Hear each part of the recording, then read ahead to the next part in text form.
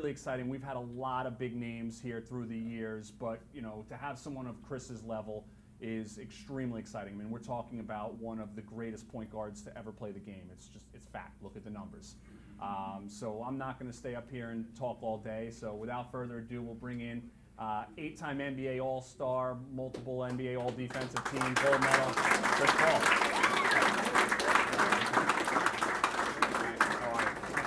How y'all doing? I'm going to try to get you a mic quickly. I need a mic? I talk kind of loud already, but I'll wear it. I play point guard. I have to talk the whole time.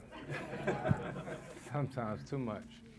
So start on a serious note. Last week was the 10-year anniversary of Katrina, which I know is something that really hit home with you, playing your rookie year there, the same year that everything happened. Talk about what that year was like, being displaced, and your first year in the NBA, you're playing a lot of the home games, quote unquote, on the road. And what was all that experience like? Man, it was tough. A lot of times you think about the NBA. I'll never forget being drafted, one of the best days of my life. I went to, anybody know what college I went to? Good job, good job. So I'm born and raised there too. That's my hometown, Winston-Salem, born and raised. So my first time ever leaving home was going to the NBA. My older brother who's out in the hall, after I got drafted, he was moving with me. He's my business manager. He was then and he still is now. And so me and my brother go everywhere together. If you don't know my brother, you don't know me. So my brother is my ace. That's my road dog. So when the hurricane hit, I never forget. It was the toughest thing ever because I just got drafted there, and I was expecting this to be my home. And next thing you know, we're going to Oklahoma City. I knew nothing about Oklahoma at all, but I just knew this was going to be my first time moving away from home. Got to OKC and loved it. I loved it. The fans were amazing. And I was getting a chance to play basketball every day and say it was my way of life. It's a life-changing experience, definitely. What kind of impact did it have? Was it difficult, home versus road, but not really home? Well, no, because in actuality, it was our home. Like, Oklahoma City was our home. We only went back to Louisiana that first year for 3 games, maybe 5, 6, I don't know. And we didn't even get to go to New Orleans. We played those games in Baton Rouge. Our first game back in Louisiana was actually in Baton Rouge at LSU. It was my first time getting a chance to play against Steve Nash. And I couldn't sleep the night before the game. Because I was a rookie, and Steve Nash was, the guy, the point guard, and all this stuff. So I remember the night before the game, I was like, ooh-wee, I can't wait to see him tomorrow. So I had 19 points in the third quarter, and we ended up losing the game. But all in all, it was a great experience. Now, you're in LA now, but your foundation is still doing a lot of stuff in New Orleans. Did you have any role in last week, anything, or talk about the work that you're continuing to do in the New Orleans community? Yeah, so when we went back to New Orleans, 2007, 2008, that was my 3rd year in the league. It was our first year back in New Orleans, and it was almost like that would be a crazy thing to say, but the perfect storm in that. The All-Star game was there too, 07, 08. That was the All-Star game was there. It was my first time being an All-Star. Our team played so good that Byron Scott, my coach, y'all know how it works to be the coach at the All-Star game? You got to have the best record going into All-Star break. So Coach Scott was the coach, my first All-Star game, David West's first All-Star game, and we finished 56 and 26. So that first year back there was amazing. My foundation started doing so much. I started an after-school program. So any of you guys like in elementary school and all that stuff like that? You guys in elementary school? Okay, so when I was in elementary school, my parents were working, right? So me and my brother grew up going to after-school programs, which was, they called, like before school it was called the Fun Club, and after school it was after school because my parents were still at work. I ain't had nowhere to go. Y'all parents know about that? Like if you don't get off till 5, school out at 3, what they do for them couple hours. So I was in the after-school program, and that's where me and my brother were like in dance groups and all that different type stuff. Yeah, we was in a group called the B-Boys. And so when I thought about, what I wanted to do to try to help New Orleans and the community, we started an after-school program and got a busing system because sometimes it wasn't as safe for kids to get home from school. So I think that was one of the toughest parts about being traded, was that those kids at the school I got a chance to see from, second grade on, and then I just up and leave. And kids don't know about trades and stuff like that. They just felt like I left them. And that's probably been the toughest part about being away from New Orleans. Speaking of trades, it's funny you mentioned. I'm going to have a little selfish moment here. I'm a Laker fan. Sorry. That trade. You don't have to say it, but I'll look in the camera and tell David Stern he made a big mistake. What was that whole experience like? Like to be traded but not be traded? The NBA blocks a trade. Do you think about that at all? What was that all about? I don't think about it till somebody asks me about it. Sorry. But I don't know. It's kind of a blur now. When I sit and talk with my brother and my wife who was there, and Trevor Ariza that plays for the Rockets, he was at my house with me when all that stuff happened. We talk about it every now and then, and I don't know. Part of life, it happens. I'll get over it eventually. All right, now another thing that's going to really rile this room up here in New York. You and I talked about 2 years ago, and you were talking about almost coming here. Knick fans, cover your ears for a second. Can you tell them a little bit, like how close did you think you were coming to the Garden? I got pretty close. I don't know. It was a very interesting summer that summer, but all in all, I ended up in Los Angeles, and I love it. There we go. How is everything out there? Loving it? Team looks better than ever. I mean, you guys really reloaded this off season with some key additions. Can you talk about them? Yeah, big summer for us. I think the biggest addition that we made this summer, in my opinion, is Paul Pierce. Yeah, it's huge. I think for us, being a team that's relatively young to a certain extent, definitely as far as it goes, postseason experience, just to have that voice in our locker room is something that's going to be big, and Paul is definitely a leader who guys will listen to. And you guys added Stevenson? Yeah, we added Lance. We added Prigioni. We added, played for the Lakers. I'm tripping, drawing a blank. I think I blocked that one out. Yeah, you did. Wing. Wore number 11 for the Lakers last year. I'm drawing a blank. Yeah, Oh, West. there we go. Syracuse. West. Yeah, I'm excited about West too, because he's one of those guys that. Yeah, I couldn't think back. I was looking at him, but couldn't. Was drawing a blank. West is one of those guys it's a tough matchup. He can guard a lot of different guys. He can shoot it really well, and. I don't know, we added a few more pieces. It's funny, man, I've been on dad mode for the past month and a half, 2 months. Like, this is my off season. I've been in North Carolina for the past month, been at home, haven't been to LA in like a month and a half. So I came up here and then I leave to go back to LA on Wednesday. So I switch gears and it's back to work. But I was going to ask about that. How much time in the offseason do you spend following the team, or is that like a complete disconnect with the family? It changes. It changes. When I was younger, when I came into the league, it was a little bit different. I didn't have kids. I didn't have a wife and different things like that. So, I played all summer. I was with the guys all summer. But, with kids now, it's all about them. Daddy got to go to work and do different things like that. But one thing I tell you guys is that your kids don't care if you're in the NBA. They don't care. Seriously, they don't care how important or how busy your schedule is or whatnot. When it's time to be daddy, they want you to be daddy. So I can tell you all about Team Umizoomi and all that stuff like that. Right about now, after all the times I done watched, Austin and Alley and all that different type stuff.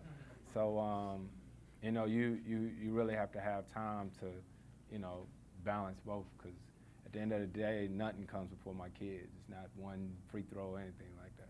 Now, you get a lot of the credit and the accolades for it. Do you sense that there's been a real culture shift with the Clippers as opposed to before you got there? I tell people all the time, before I got to the Clippers, I didn't spend a lot of time in LA. I swore on my life that I would never go that far away from home. I never wanted to go out to California because it was it's too far away from my grandparents, from my parents, and everybody that I grew up around. But I love it out there. If you ask someone who's been in LA a lot longer, they probably tell you that obviously you see more like T-shirts and jerseys and gear and stuff like that. I do know when I first got traded out there, my wife had went over to the mall to I was like, babe, go get me some hats or something. She said she couldn't find nothing. But now I think you definitely can find more like apparel and gear and get stuff for the Clippers. But it's a Laker town, always will be. And anybody who think they're gonna change that, they done lost all their good sense. It's not gonna happen. It's not gonna happen. So I tell people all the time, I'm out there to win basketball games and try to win a championship. I'm not running for office. I'm not coming to put a Clippers sticker in your yard or something like that and say, vote for us.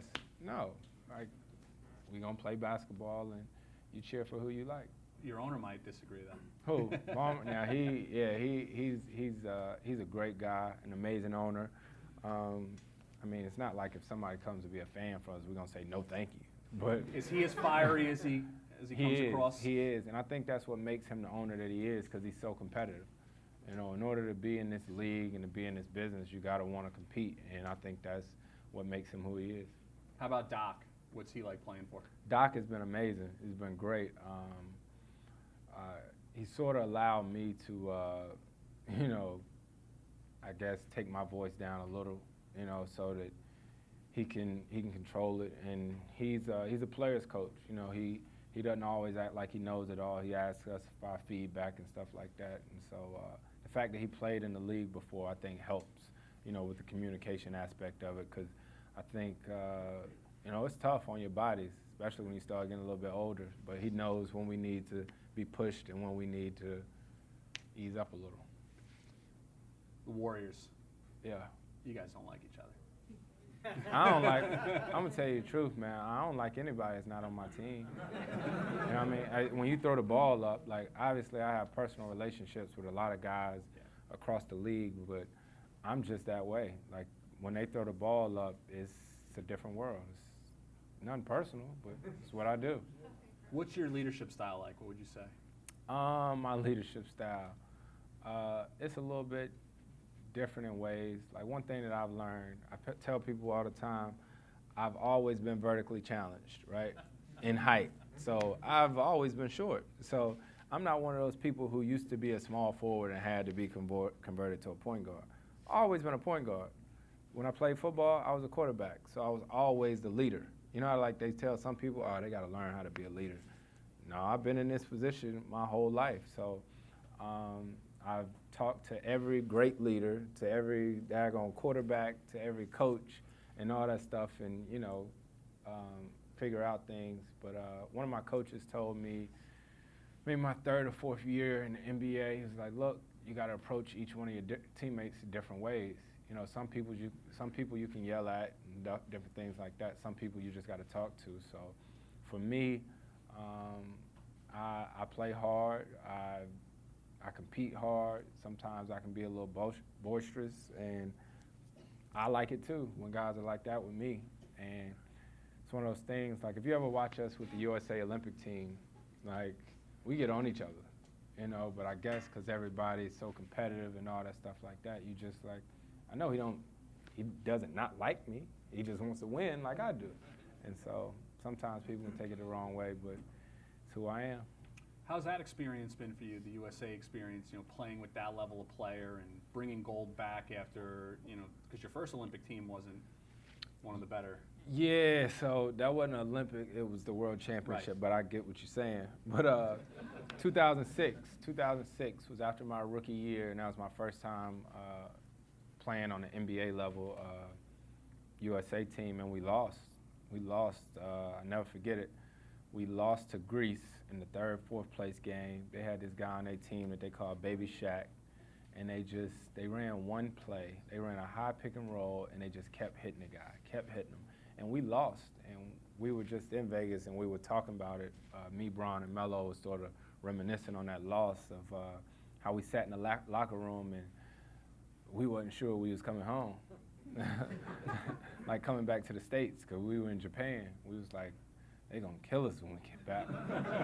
But I think that experience there made us stronger, made us so much more hungrier. Like 2008, we remember that. 2012, we remembered that. And even going in the next summer, that's something that we're always conscious of, because if you look at the game of basketball now, it's not America's game, it's the world's game. I mean, you see it with the league. You see all the different players that we have, and it's a fun time, I'll tell you that much. Push the break, you got Kobe on one wing, KD on another, Bron on another one, Melo. Can't go wrong. You know what I mean? That's why sometimes I just shoot it myself. We've done some recent events with Coach K. What's it like playing for a guy like Coach K? Coach K is amazing. 2006, maybe not so much, just because I was fresh out of college. I was fresh out of college, and Wake Duke, yeah. We didn't really do each other too much back then. But he has been amazing. His family's been amazing. It's crazy to see how close we've gotten over the years, and as you get older, you start to realize, things are bigger than, ACC rivals and stuff like that. And I think our bond has come in me want to see him succeed, and always checking in with one another. He texts me during the season, when things are going well or not so well, and I try to do the same thing for him. Very cool. Let's take a couple questions from the audience. Who's your toughest one-on-one in the NBA for you? I don't know, and that's funny because that's like the top question that most people ask. But I don't know. It's so many different guys, I think, and that it's different too, because like one-on-one, like in my position, most of the time, the guy that I'm guarding is not necessarily guarding me. So would you ask like who's one of the toughest guys to defend, or who's one of the toughest guys that defends me? Because y'all watch it like in the league, most of the time now it's cross matches. So Who's the toughest guy for you to defend? it's a lot of them now. Russ is tough. Kyrie's tough. Steph, Damian Lillard. It's a lot of them. You know what I mean? To chase them around. Yeah, a lot of running. A lot of running. You think the point guard position's stronger than it's ever been? Yeah, no question. Yeah. No question. I mean, you just rattled off 5 names right there. Yeah. It's not And even when I came, Rose and all the others. Yeah, you got to put D Rose in there and all that stuff like that. So it's a little different now too. You got to think about, I'm going to my 11th season. So when I came into the league, it was it's crazy saying that too, because I remember when I was a young guy in the league and used to hear people say when I came into the league, like, oh. But when I came in, it was like Baron Davis. I was having to guard Allen Iverson. I was having to guard Nash.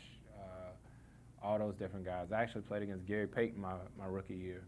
And so, it's part of it. Yeah, it's just a different level of athleticism, it seems like, with some of the guys. And everybody different. Everybody different. Some guys fast, some guys athletic, some guys are taller and stuff like that, but you just figure it out. I just want to know, is it true that you guys hold DeAndre Jordan for hostage? So he didn't sign with nobody else? Did we hold him for hostage so he ain't signed with nobody else? No, that's not true. I mean, I don't think it is. You probably have to ask. Yeah. The emoji war was fun. Yeah, man. J.J. Redick took my phone and did that. So I do sports endorsement contracts for a living. So where's Cliff tonight, and how did that come about, and how much fun is that? Where's Cliff tonight? He back in L.A. But that was fun. That was a lot of fun. A friend of mine, Steve Stout, lives here in New York, was actually the guy who came up with the creative for the idea. And I remember driving to my house in L.A. and he called me and said something about it. And there's a lady named Pam that used to be over there, and we had a conversation. I remember the very first commercial we shot. We were at this little, like, outside in L.A., and the next day it was like all in the paper that I was doing a movie or something like that. But it got very interesting, if I had $1 for every person that came up and said, "Are you Cliff or Chris?" Everybody definitely always thinks they're the first one to ever think of it too. And then to have my son do it with me was probably the coolest part, you know, and that he had a good time with it, and he was with me, you know, and so I think probably the coolest thing about the Cliff and Chris thing was I had an opportunity to play golf with former President Bill Clinton, and when he got to the tee box, the very first thing he said to me was he wasn't sure if he was playing with me or Cliff. So yeah. You mentioned Steve Stout, makes me think of Jay-Z, which makes me think of one of my favorite stories that you told. Talk about your fantasy football league. I know you're a big football fan, and everyone's got a fantasy league. How serious is your league? Because you've told stories about that before. Pretty serious, good time. Try to win as usual. Still haven't made the playoffs, but I'm gonna change that. Right. Hey, thanks for coming, Chris. John Rappaport. Yes, sir. Played basketball with Brandon. He's a pretty good player on the weekends. But my guy Nicky here is trying out for 5th grade travel, and he's a point guard, but every kid thinks they're a point guard, right? Right. What would you say to him as to getting the ball and commanding the ball, and what he should do to stand out amongst all the other kids who think they're point guards? You know, man, it's funny. I was just back in, like I said, I just flew up from Winston-Salem, and I don't know if y'all remember the name Randolph Childress. Yeah. He played at Wake. So Randolph's son, yeah, so Tim was in Winston-Salem too, and a couple days ago, me, Tim, and a bunch of the Wake Forest guys, we played pickup basketball together. And Randolph's son is actually going to Wake next year to play. And I was talking to him about, you know, being a point guard, whereas, you know, sometimes everybody thinks as a point guard, you have to make the play. You know, like you got to get the assist, whereas sometimes it's just about making the right play and getting off the ball and let somebody else get the ball there. But when I was young like that, the biggest thing that I worked on was ball handling. You know, and you see a lot of guys now who can shoot the life out of a ball, right? They can shoot it, they can shoot it, they can shoot it. But they require somebody else to get them the ball so that they can shoot it, right? So like even though you can shoot it, you can't shoot it unless somebody else gets it to you. So me, when I was younger, I always wanted to work on ball handling so that I could create my own shot. You know, because sometimes people would be like, oh, he's just a point guard, all he can do is pass. Well, I just wanted to have the ability to dribble, to pass, and able to shoot.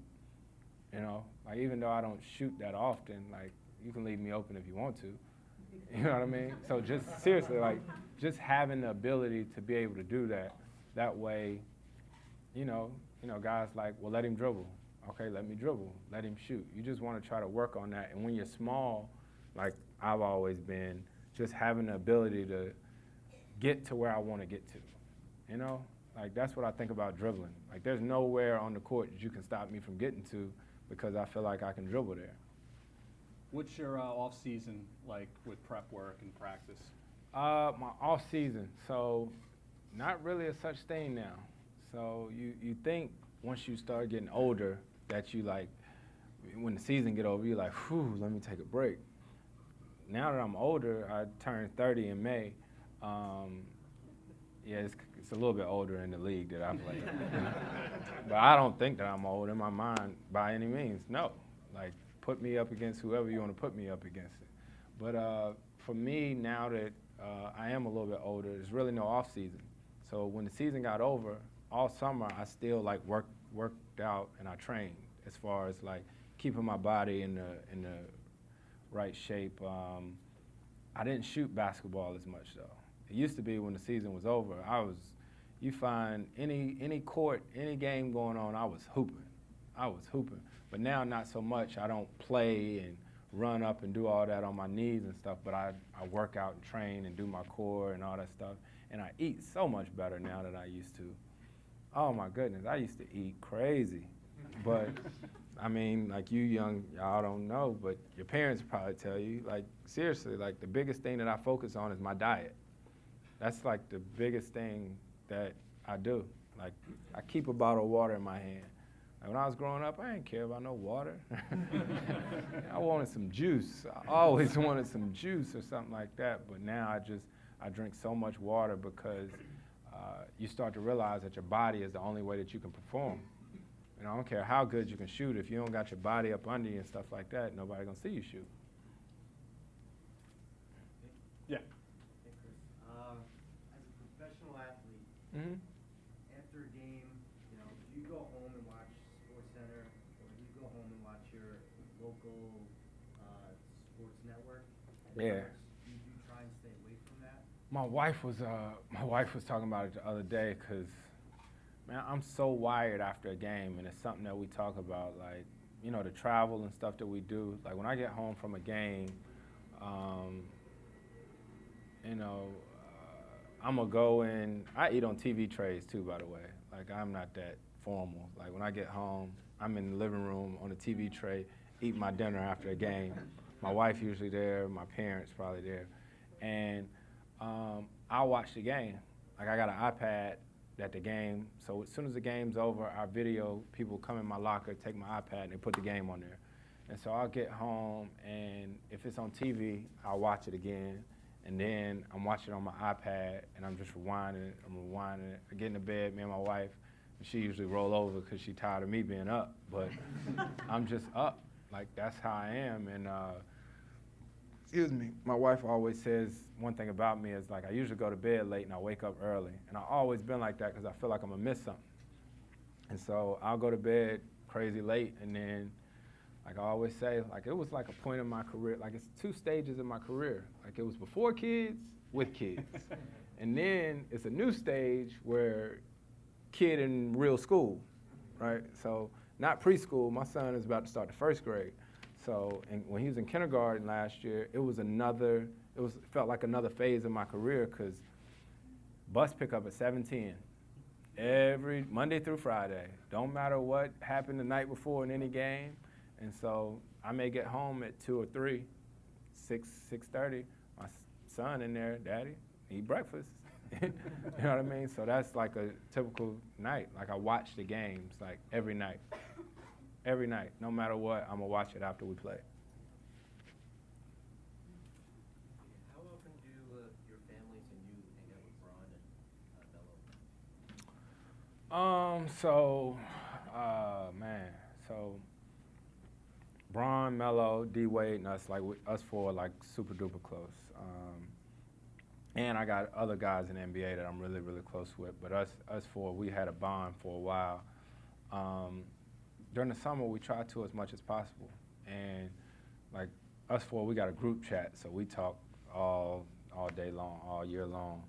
But we try to, as much as possible. It's tough, because during the summer, that's when we sometimes are busiest, when we're taking vacations with our own families, and then you got different requirements as far as endorsement deals and different things like that. So as much as possible, because we want our kids to be friends like we are. Blue shirt right here. What was it like eating the butter beater to beat the Spurs in that last? It's funny because Tim was talking about that the other day, and he's talking junk, saying there was a luck, something like that. But I don't know, it's kind of a surreal feeling, being that, my leg was hurt so bad, and I don't know, it's just, I don't know, when it left my hand initially, I thought it was going to be blocked, to tell you the truth. And then as soon as it went in, like I tell people all the time, even if you watch some of our games and you see some of those dunks that Blake and DJ do, a lot of times during the game, I don't get excited because I'm just that locked into the game. So if you see me when I made that shot, like, I didn't celebrate. Like, my first thing was to look at the clock and to start getting back on defense, because you've seen that happen too many times. Like, it's YouTube videos of the guys hitting the shot, then the other team inbound it, and then the other guy make it, and then you're like, yeah, I don't play like that. I don't play like that. And so I'll tell you what happened sometimes with Blake in some of those dunks. I remember when he dunked on Pau Gasol a few years ago. We was playing against the Lakers. It was crazy. It was a crazy dunk. But I got home, and I watched it over again and over again, and then I sent him a text, like, telling him how amazing it was. Because during the game, I'm so locked in, like, you don't got time to celebrate. You know what I mean? My thing is, act like you did it before, too. You know what I mean? Like, it's a dunk. So for me, but it was so amazing that when I get home, a lot of times I text him and be like, just so you know, what you did was nuts, you know. But during the game, I try to stay locked in. The only time that I know I reacted during a dunk is when DJ did that dunk on, yeah, buddy, that one got me, and I reacted. And every time I look at the replay from that, I'll be like, I cannot believe I did that. But that one made me react. Yeah. Chris, how do you think the NBA game has changed since your rookie year to now? That's a great question. How has it changed?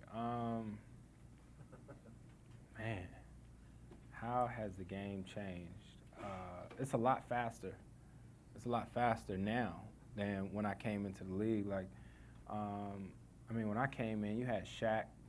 That's crazy. Shaq was in the league, and some of those big guys. Now you don't really have any true centers. You have a whole bunch of big guys that can shoot. You know, there's really not too many back to the basket, like bang you and all that different type of stuff. And I think it's like better, like as far as like the teams, like the West, and it's so deep. The East is good, and the talent level is so much higher. You know, you could say name your 10 best players in the league, right? And you're gonna make a list. And then somebody gonna be like, well, you left out such and such. And you're gonna be like, oh yeah. So I feel like the game just continues to grow. And I think a lot of it has to do with, like I said, it's not America's game anymore. It's a global game. So when I was you guys' age, I didn't travel much until I started playing AAU basketball. But you used to just think about being like, I want to be the best player in my school, right? And then when I got exposed to, you know, other states, it's like, man, when I'm trying to be the best player here, I'm trying to be the best player like in the United States, because it's bigger than just being the best player in my school. Now you guys got to be trying to be the best player in the world. You know what I mean? You got to think about it while you're in your backyard playing and practicing. There's a kid in Spain who was practicing the same way with the same goals that you have. So I think that's probably the biggest difference. Guy in the back. You. Yeah. Who's my favorite teammate? That's a real good question. Like one of my favorite teammates ever that I had. I think probably one of my favorite teammates that I ever had was a guy named Willie Green. Willie Green, who actually played. He played on my team in New Orleans, my last year in New Orleans, and then he went to Atlanta, and then he came to LA and played with us for a year, and now he's a free agent. I would love for him to come back to our team for the Clippers, because, man, sometimes you meet people and you just hit it off, you know, immediately. And so when you think about over the course of a full basketball season, the ups and downs, the highs and lows, sometimes people will see me and you just think that he always has the most confidence you could possibly have. That's not always the case. So Willie was a guy who, I never forget Game 7 against Golden State a couple years ago. At halftime, like Willie chewed into me, in my ear. You know what I mean? Like his locker was right next to mine and was like, it's about time for you to show up. You know, he was getting on me. You know what I mean? And some people it can go one way or the other. You can be like, man, shut up. But I didn't. And Willie's one of those guys that he pushes me. And then also off the court, he's a great man. It's all about his family. Chris, how are you? All right. I'm a Maryland guy. I went to college same time as Timmy, and Yeah. obviously dominated us for 4 years. But incredible talent and Yeah. vision on the court. It was just blown away every time I saw him. What type of influence has he had on you in your career? Man, a big influence that Timmy would definitely downplay if ever asked about it, because it's still surreal for me now to actually like know Tim, like seriously, because and then you guys in here like 11, 12 years old, anything like that? Okay, so when I was your age, I played AAU travel basketball, and Tim Duncan's nephew played on my team. And so that year, Tim got drafted, right? It's crazy. Like every time we talk about it, he'd be like, "You just trying to make me sound old." But his nephew played on my AAU travel team, and I never forget, after Tim got drafted, he came and spent some time with our team. You know, it'd almost be like, well, if I was a little bit younger, you know what I mean? But like us here now, and then a few years, you playing in the NBA against me, you know, seriously. And so that's what it's like for me knowing Tim Duncan now. Like I used to go to the YMCA in my hometown and watch Tim Duncan play pickup basketball. And now I try to beat him 4 times a year. You know? Thank you. No problem. What would you do if you were an NBA player? That's a great question. He said, what would I do? I would still want to be around the game. I would definitely. Man, when I went to college, I had no idea that I was going to go to the NBA. I'm dead serious. So, you know, nowadays, some kids, they go to college and they already know that they're going to the NBA. Like, I had no clue. So when I went to Wake, it was all about playing basketball, but I wanted to get a good education. So that after school, I felt like a degree from Wake Forest would carry a lot of weight in the workplace. So if I didn't hoop, I would maybe like be working for like Nike or something around basketball, just so I could be around. Because I used to play football. I played varsity football as a freshman and sophomore in JV basketball. So somebody else figured that one out. But yeah, so it took a lot of hard work. We'll go right here. What was your favorite part about your basketball career? My favorite part of my basketball career, so far, yeah, I know, right? Tell you the truth, it has nothing to do with like actual playing. Man, I talk to my wife about it all the time, and the opportunities that the game has given me. Like I had an opportunity to go to Africa this summer, right? Like I went to Africa, and that would have never been possible without the game of basketball. And so I always tell like young guys and stuff like that, because sometimes when you're in it, you don't think about what's happening, you know. And I'm like that even now still, but then when I get a chance to look back and reflect and see all the different people that I've met and all the places that I've traveled to, I'm telling you, when you're young, you don't think about it. Like when I was in high school, I used to think that my parents were the meanest people in the world. Dead serious, because my friends didn't have curfews, right? My boys, they didn't have curfews. My parents, oh, I had a curfew. I was gonna be in the house at a certain time. I think GPAs have to be what, a 2.0 or something like that to be eligible to play. My parents set their own standards. I had to have a 3.0, you know? So I used to be like, man, my parents are so hard on me, you know? And I used to be like, man, it's a party going on. Why they not letting me go? And now I think about it, and I look back at some of those guys who I thought was the coolest guys when I was in high school and stuff like that, and I see what they're doing now, and I see how much time and the opportunities that I get to party and hang out with my parents. You know what I mean? I think that's been the coolest thing ever, is that I think about the things and the days that I sacrificed when I was younger. And now, probably the coolest thing I ever did was to tell my mom and dad that they didn't have to work anymore. You know what I mean? All because I made some sacrifices back when I was little and put some hard work in. So, for sure. One of my favorite videos of you is when you scored 61 points for your grandfather. What was that like? It's easier to talk about it now than it was probably when I was younger, but it was cool. I mean, it's still the greatest basketball accomplishment I've ever had, in that up until that time, I think the most points I had scored was 34, and my granddad that was my ace. Like, for me to have kids of my own now, and I watch and I see how my son interacts with my dad. Like, my dad was hard on me and my brother, but now that I have a son of my own, I see that it was out of love. Even though them butt whoopings, I don't know, was out of love, but that's what they said. But it's funny to see like the relationship between my son and my dad. Like my dad is so lenient with my kids. Oh my goodness. Yeah, so whatever, but I mean seriously, like to see my dad like with my son, sometimes I just catch myself looking and just admiring it because that's how I looked at my grandfather. And so, you know, and I think about it now, my son thinks I'm the hardest person on him in the world, you know, but I say it all the time, like, my son, I'm not like his friend. You know what I mean? Like, I'm not one of your boys. Like, you don't have to like me, but I'm daddy. You know, and that's how my dad did me. And so some of the best times I've ever had in my life now have been with my dad. Like, me, my brother, and my dad, we grew up hooping, right? Any of y'all play basketball? Right, so me, my brother, and my dad, we grew up playing basketball all the time. And let my brother and my daddy tell it, they think we can still hoop together, but we can't. They still think that we could go in the backyard and play, but I'm not giving them a point for hitting the backboard. No. So what we do now to spend time together is we play golf.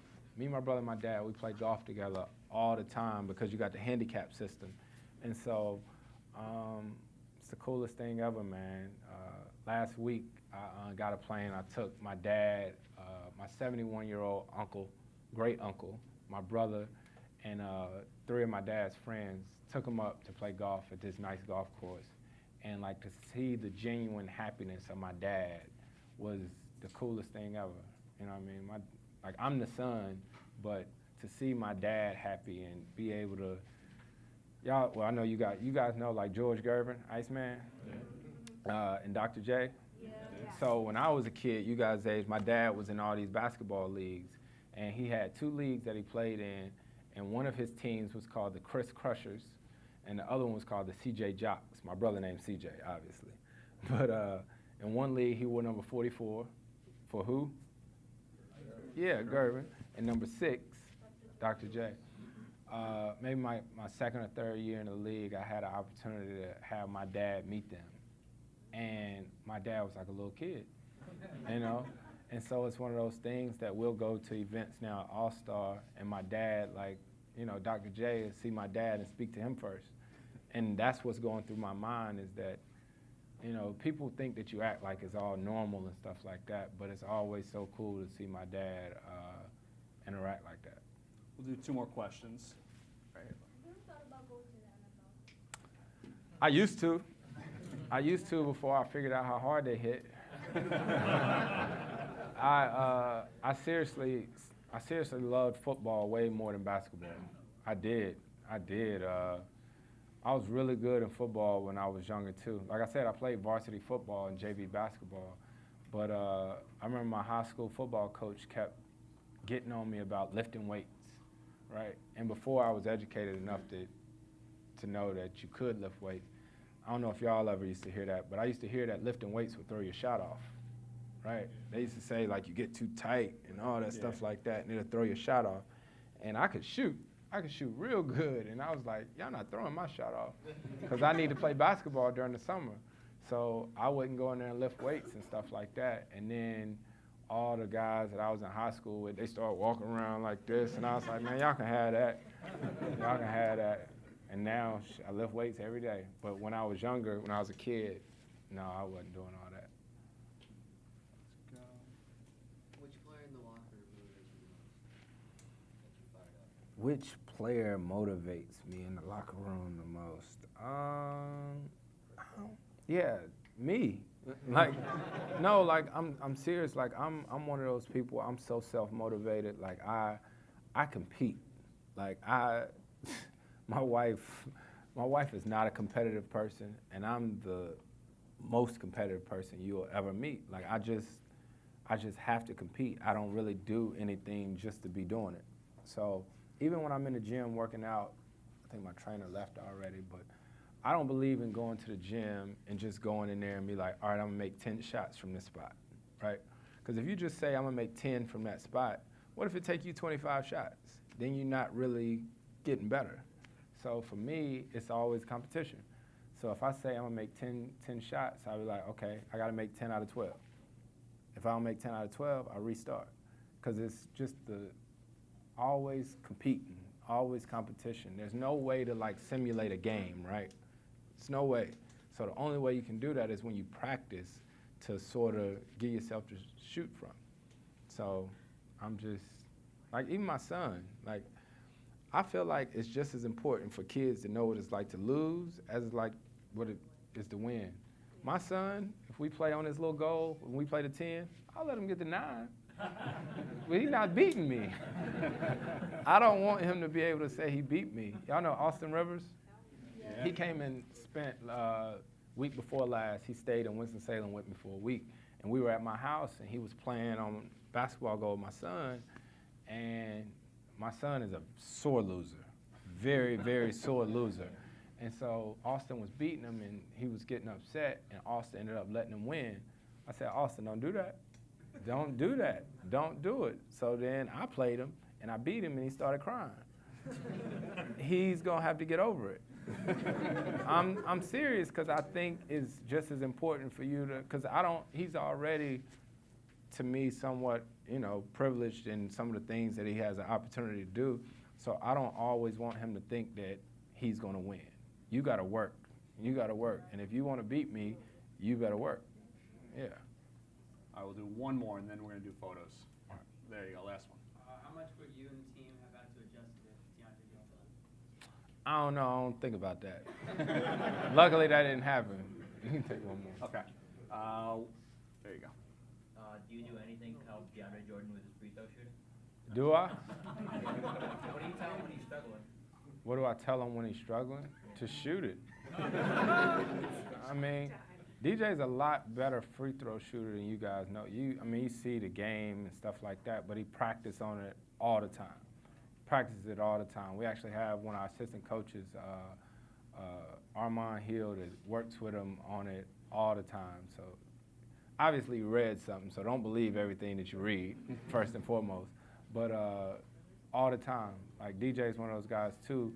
He stays to himself during the game, and all I just tell him is shoot it, because he got a great looking shot. But at the end of the day, it's hard to simulate game time,